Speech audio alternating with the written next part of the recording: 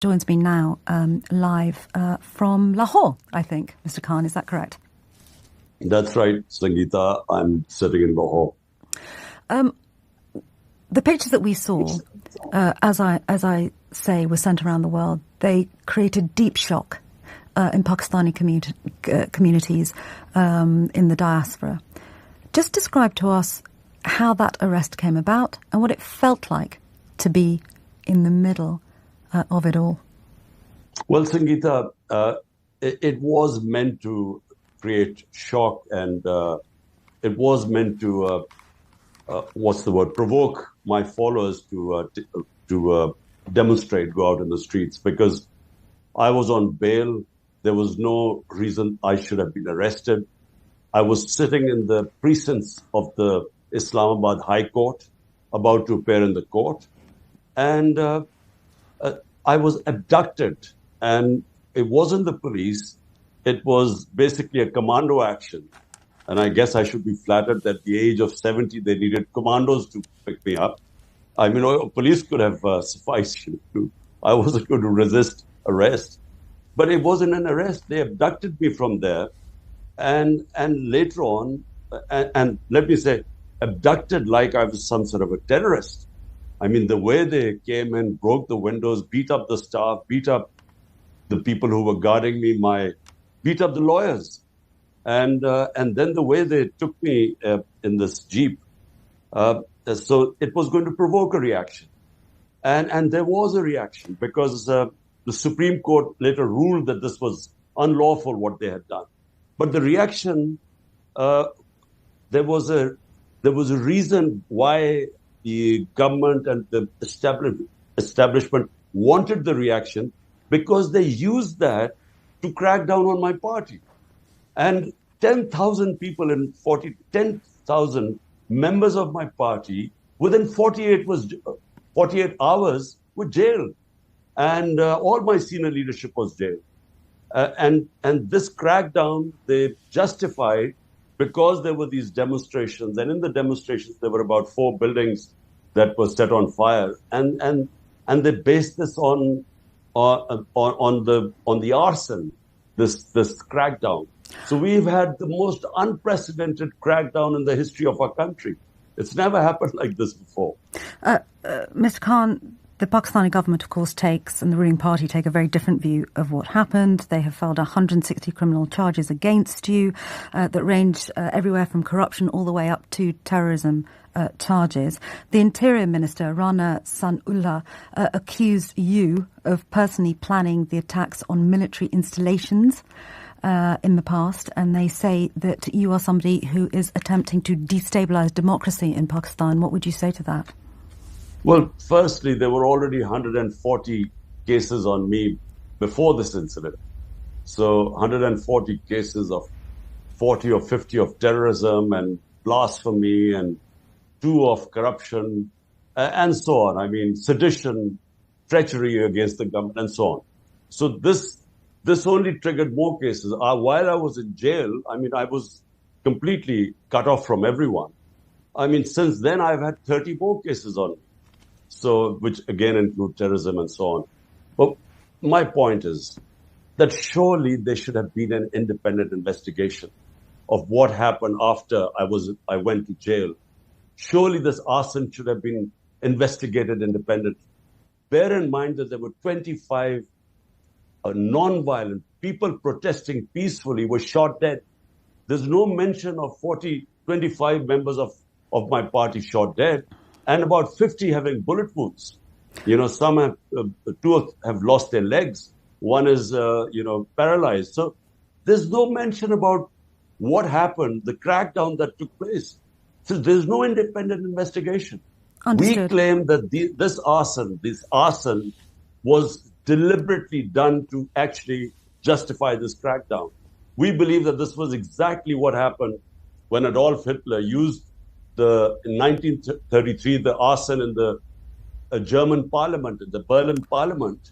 He used that to crack down on the communists and just finished off all opposition. I understand your point. This is what's happening here. I understand your point, which is that you're accusing the Pakistani government or the Pakistani ruling party of trumping up claims against you and inciting violence in order that they can find a reason to arrest you.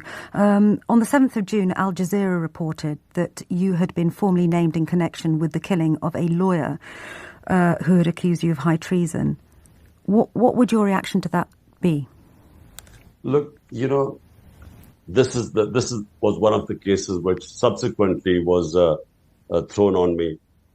A lawyer out of 150 cases, that now it's 170 cases, then 150. One case was of a lawyer having a sedition case against me. It was so insignificant, that case, that it doesn't even register on my radar. Out of 150 cases, why would I worry about an additional case? So this lawyer gets assassinated. The wife says it's a family feud. The son initially claimed it was a family feud. Then he was kept by the authorities for 12 hours, and then he changed it to blaming me for the murder. Obviously, I'm going to contest it. It's a joke. But let me just say one thing. Look, why is the government doing this? So let the listeners understand what is going on in Pakistan. Well, I was going to ask you about this because when your arrest was reported and we saw those images around the world, many people were commenting, both inside and outside Pakistan, saying that the reason this was happening is because you had colluded with the Pakistani army to gain power, and when you fell out of favour with them, they essentially kicked you out. And they're going to ensure that you no longer have a part to play in Pakistani politics.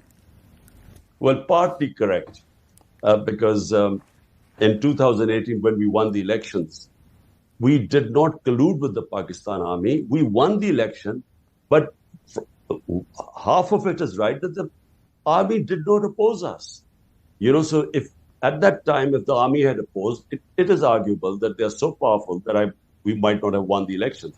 But subsequently, since I've been ousted from power, the army or the military establishment is siding with the government parties. There are 12 of them.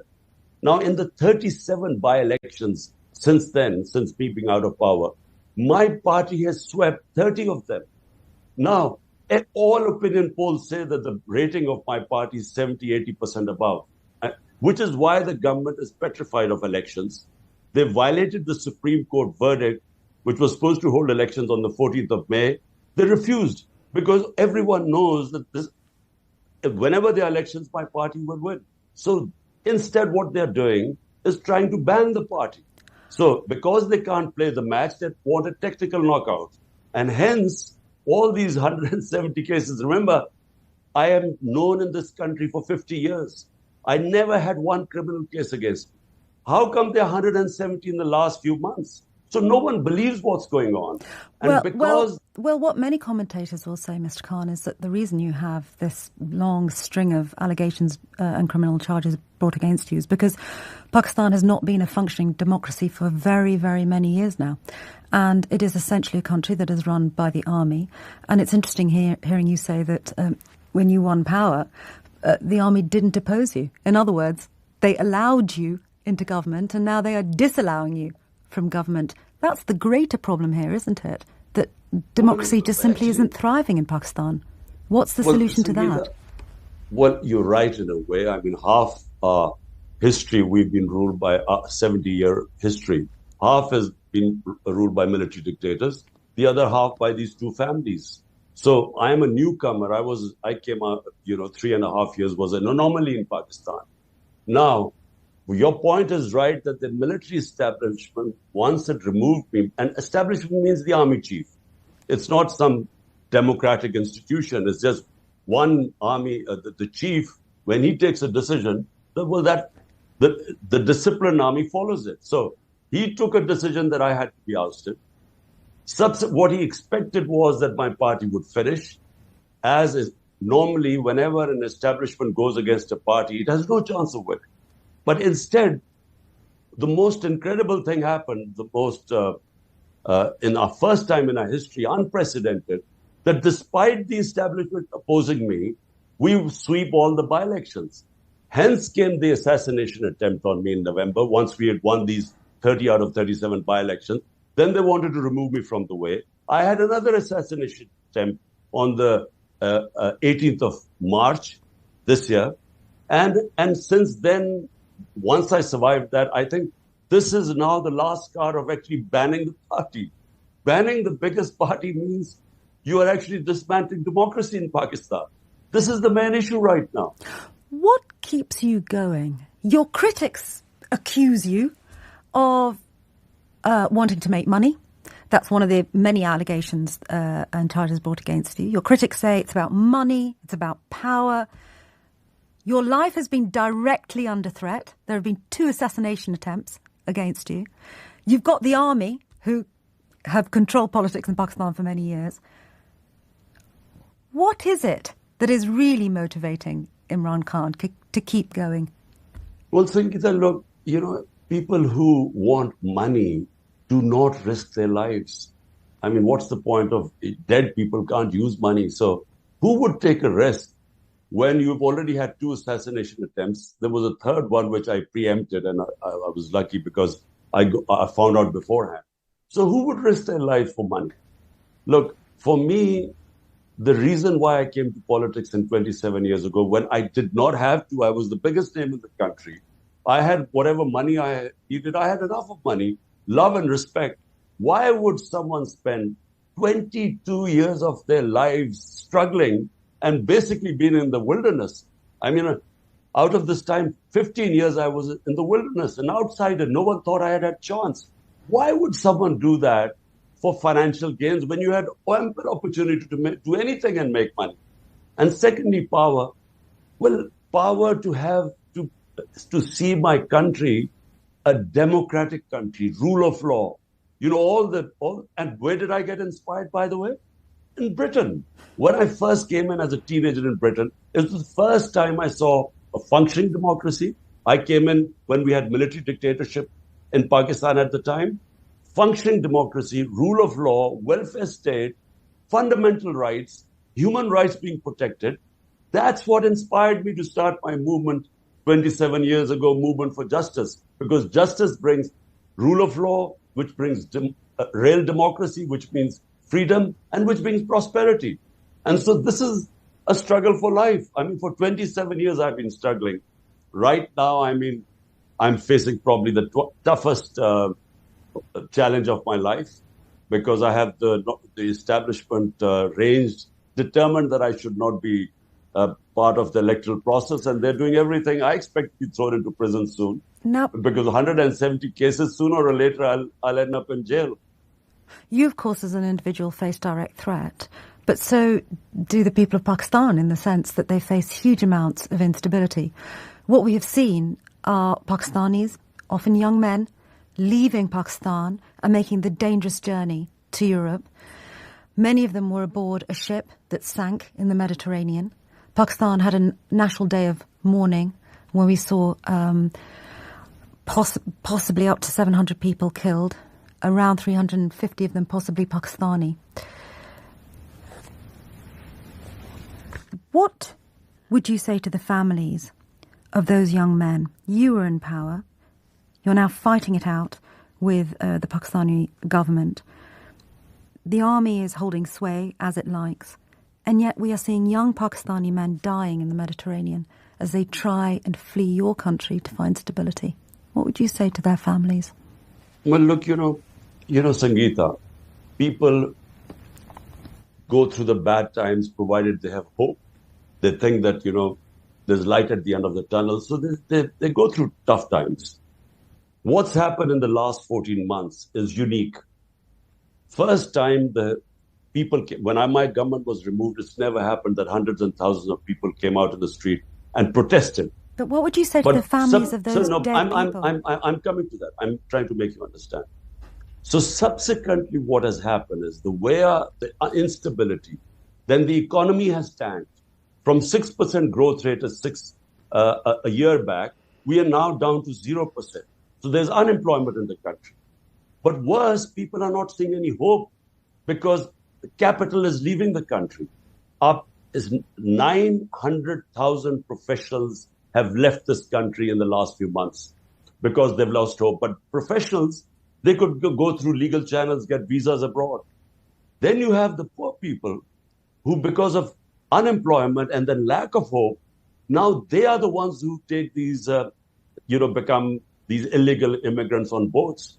And this is not just in Pakistan, in all those countries where you do not have rule of law, where you have no hope, where you have conflict, you have people fleeing to what they consider, land of milk and honey, where they can get jobs, and if they work hard, they can make a better living.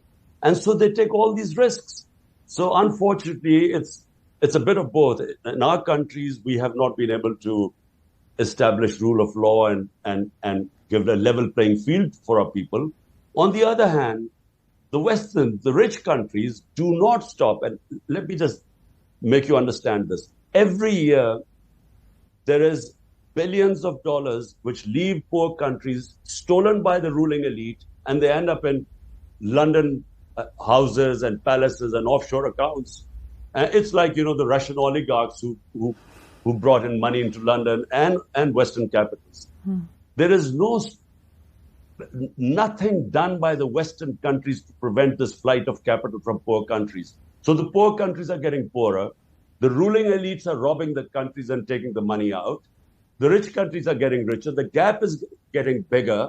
And so this immigrant problem is going to get worse unless the Western countries and the richer countries stop this flight of capital, the plunder of the developing countries by their ruling elites.